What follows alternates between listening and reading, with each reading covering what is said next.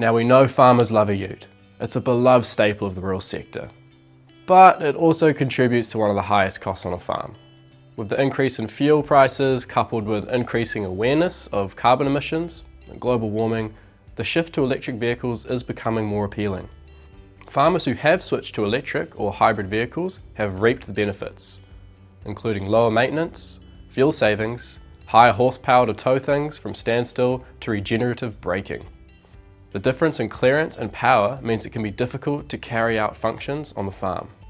But more purpose-built electric vehicles are getting more traction. Anyway, and the development of those tools continues to improve. There are a variety of vehicles available to meet your needs.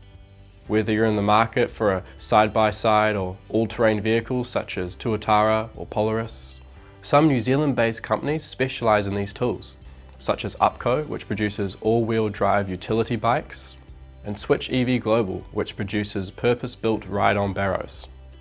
These solutions not only offer financial and environmental benefits, but electric vehicles tend to be lighter on the ground and designed specifically for New Zealand terrain and conditions.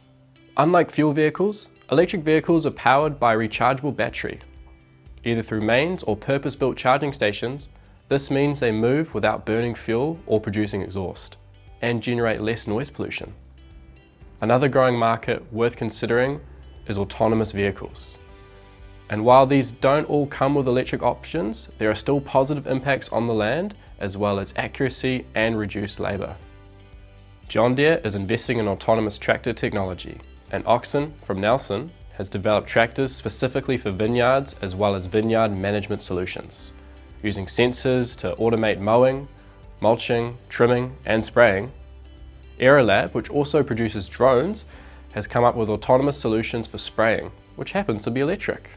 Autonomous vehicles are driven by sensors, machine learning and complex artificial intelligence that allows them to complete specific tasks.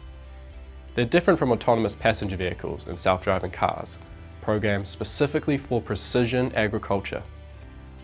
They take care of placement mowing and spraying while monitoring crop health, changes in weather, nutrition requirements.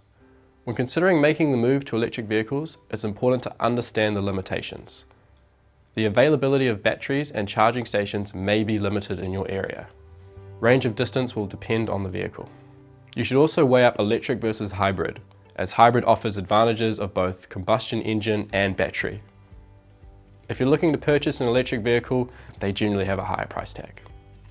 Understand what you are trying to achieve and ensure you look at a clean car program, a resource that can also make sure you meet rebate eligibility requirements.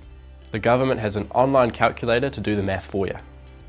When selecting a vehicle, think about what functions, power and durability you're going to need, and make sure you have access to a charging station. It's important to understand that this is an evolving space, so there isn't a tool available right now that meets your needs. Keep an eye out on developments. Until then, it's worth taking advantage of some of the purpose-built vehicles that are readily available for certain tasks on the farm, and to gain those benefits of going electric.